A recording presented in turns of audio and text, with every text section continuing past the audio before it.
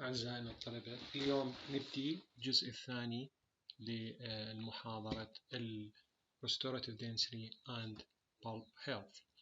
حنكمل معاكم بعد ما أخذنا الجزء الأول اللي يتناول or deal with the effect of cutting procedure on the pulpal health. Today we're gonna deal with the effect of lining material and the procedures on the pulpal health in general. One of the materials that used as a cement base is zinc phosphate cement. The initial cement mixture is highly acidic because of the presence of phosphoric acid in the liquid. Although the pH approach neutrality in a short period of time, however, newly mixed phosphate cement is highly irritant to the pulp and may produce irreversible pulpal damage. How the cement can affect the pulp? Because of the acidity will decrease the blood flow and will cause a pulpal death. Therefore, it is very important to be cautious when we use zinc phosphate cement on a freshly cut dentine in case of use it as a base material or in case for cementation of crown and bridges.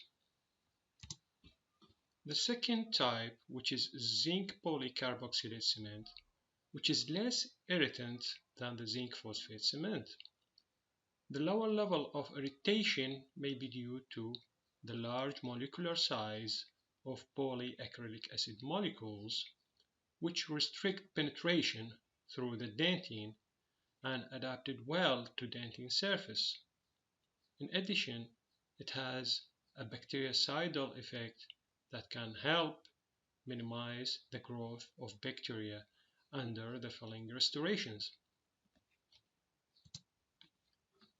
The third type, which is zinc oxide eugenol cement, which has a palliative effect and a pH around 7. The bacteriostatic and bactericidal activity of zinc oxide eugenol favor its use, and it has a good marginal seal. The eugenol, which is the liquid part, a phenol derivative, is known to be toxic. It's capable of producing thrombosis of blood vessels when applied directly to the pulp tissue. And because eugenol injures cell, there is a question whether it should be used in a very deep cavity preparation where there is a risk of pulp exposure. Therefore, in deep cavities, we always use materials that can decrease the toxicity to the pulpal tissue.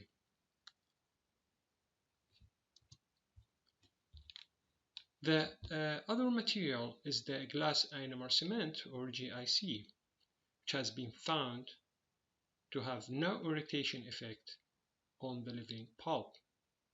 Therefore, we favor its use in cases where we need to, when we have a deep cavity preparations, in comparison to other base materials like the zinc phosphate cement or zinc polycarboxylate cement or zinc oxide eugenol. We have 2 points we should focus on them in the lining procedure. First of all, lining material should not be placed on the wall and the margins because it will dissolve in oral fluids, leaving a wide gap between the restoration and the tooth, and this considered as a source of irritation to the pulp.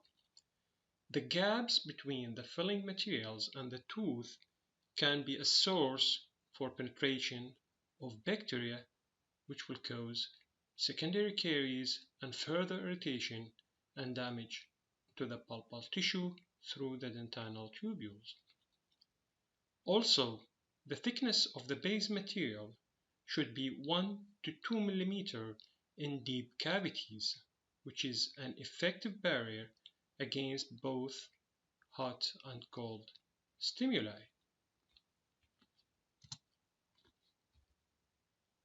In crown cementation procedures, the force of cementation is a very important factor in the consequence for irritation to the pulp. The patient complained of pulp pain when an inlay or crown is finally cemented with zinc phosphate cement because the chemical irritation of the cement liquid as a factor, because we say that zinc phosphate cement is very acidic material that can harm.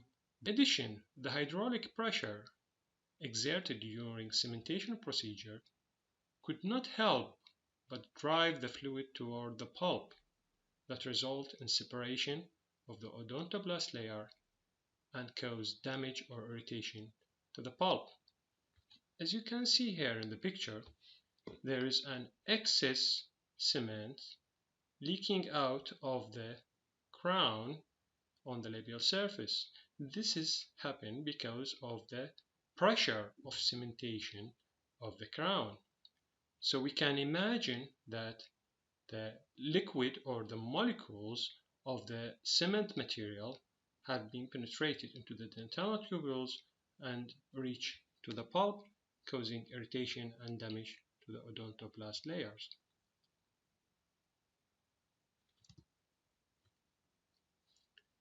Regarding the effect of filling materials and procedure, in resin restoration, the initial toxic shock is so severe. The extensive use of mouth-curing plastic as a filling material and as a temporary crown might be related to great number of pulp deaths. In case of composite restorations or composite resin, they give off irritant component over a long time than cold cure resins. The composite contain acrylic monomers in their catalyst system, and it can be assumed that the monomer could be the cause of damage, as in case of cold curing resin. Always in composite resin restorations, there is a continuous leak of monomers, which is a toxic materials, into the dentinal tubules, which could lead to irritation of the pulp. This happened because the polymerization reaction of the composite resin can be continuous for a long period of time. Therefore, we will have a free monomer molecules in the structure of the composite resin. These free monomers molecules can travel or can penetrate into the dentinal tubules and reaching the pulp, causing irritation to the pulp. Here in the pictures we can see in picture A and B there is a cavities treated with SE bond, which is a bonding agent, and these tissue evaluated at 4 weeks in picture A and 8 weeks in picture B. We can see degeneration of the pulp mesenchyma here, which is noticeable, but the odontoblastic layer is preserved. Here in the diagram, or in the schematic diagram, we can see the potential damage to the pulp according to the surface of the cavity. We can see the potential damage will be 1 and 2 degrees, while on the pulpal wall there will be degree of 3 and 4 potential of damage to the pulp. Therefore, pulpal wall is the most area where the irritation to the pulp can reach.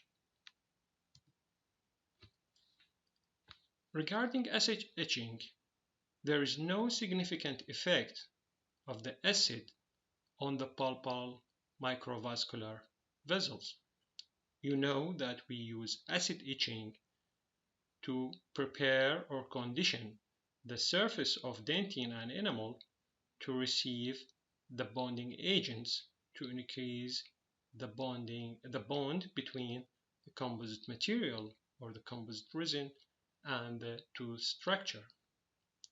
But the acid etching widens the opening of the dentinal tubules that will increase the dentine permeability and enhance bacterial penetration of dentium. This should be considered when we working in deep cavities, because in deep cavities we already have the dentinal tubules that is too wide and numerous in number, and acid etching will increase its opening by removing of smear layer fibers that will penetrated by the resin tags of bonding agent, which will create a hybrid layer. Therefore, we should be cautious in using acid etching in deep cavities. Here in the picture you can see two pictures, one treated or conditioned with acid etching, a dentine surface conditioned with acid etching, and the other was etched or conditioned with other material. You can see the difference in the opening of dentinal tubules and the removal of the smear layer over the dentinal tubules openings.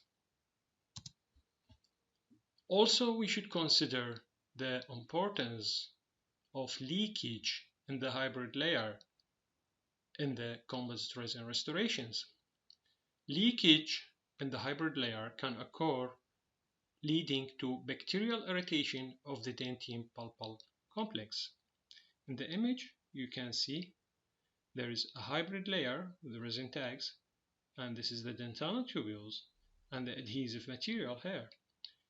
You can see there is a nano leakage happen in the hybrid layer due to dissolving of the bonding agents in this area. Regarding the filling dental amalgam, there is a high mercury content in the amalgam, and this may exert a cytotoxic effect on the pulp. The mercury penetrates into the dentine and to the pulp beneath the amalgam restoration. Patients sometimes report hypersensitivity following insertion of dental amalgam, and this may be related to force of insertion, second, possibility of expansion of the amalgam after the insertion. Even these two factors considered as a mechanical irritation to the pulp, but the amalgam also have a cytotoxic effect or chemical cytotoxic effects on the pulp as well, because of penetration of the mercury through the dentinal tubules to the pulp.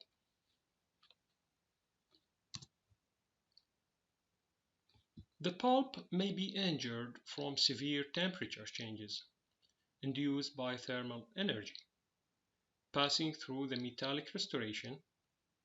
Thus, wherever the cavity preparation is deep and inadequate, thickness of dentine is present for thermal isolation. Protection by a cement base must be provided.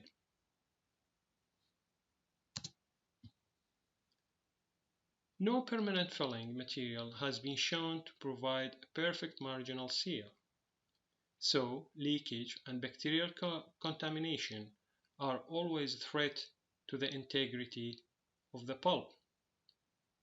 All the filling restoration or the filling materials present today have the potential to leak during the filling restoration or after the filling restoration. The percentage of leakage is different from one material to another and from one filling to the other. Bacterial ingress through the gaps between the restorative material and the tooth structure is frequent and can cause a pulpal damage, which can be considered as the main irritant factor after the filling procedure. When the bacteria growing beneath the restoration, this will produce toxic products that diffuse through the dentinal tubules and cause inflammatory reaction. Adequate liner and cement base should be employed to seal the dentinal tubules before inserting restorative material. It's better that these cements have the ability to inhibit bacterial growth, such as zinc oxide eugenol or glass ionomer cements. In composite fillings, marginal seal has been improved by acid etching of beveled enamel and the use of the bonding agent and primer, but it has been shown that the initial marginal seal tends to decrease as the etched composite restoration aged. Caries percentage in composite restoration is much higher than the amalgam restorations. This is because of deterioration of the layer of bonding agents between the composite restoration and the tooth structure with time. Therefore, the annual failure rates of composite restoration is much higher than the amalgam restoration's failure rates.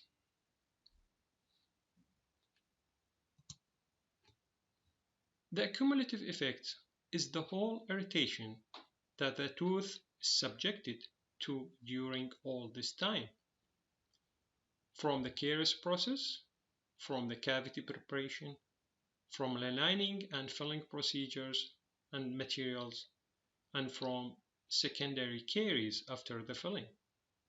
So the pulp is in a continuous process of irritation and inflammation. If there is a small inflammatory process, it may get worse till the whole pulp involved and become necrotic. This may occur very fast or slowly, depending on the severity of the irritation, and this may occur without any discomfort to the patient. Therefore, preventive procedures is very important to prevent any restorative interventions in teeth. And if there is a need to do restorative interventions in cases where the caries process gets deep into the dentine, always precaution should be followed to prevent any further damage and to ensure doing a good restorations in the tooth to prevent any future possibility of secondary caries. Many operative insults can be minimized considerably during routine operative procedure. First of all, depth, width, and extension of the cavity preparation should be minimal. In addition, should be enough to receive the filling material. We should have an equilibrium between the size of the cavity we need in terms of the depth, width, and extension, and the outcome of the filling material on the long term. Heat and desiccation damage during cavity preparation also should be minimized to prevent any damage to the pulp, as well as the chemical injury through the use of medicaments, for example, acid etching and various other materials. Toxicity of liners and bases and filling material should be considered during our procedure.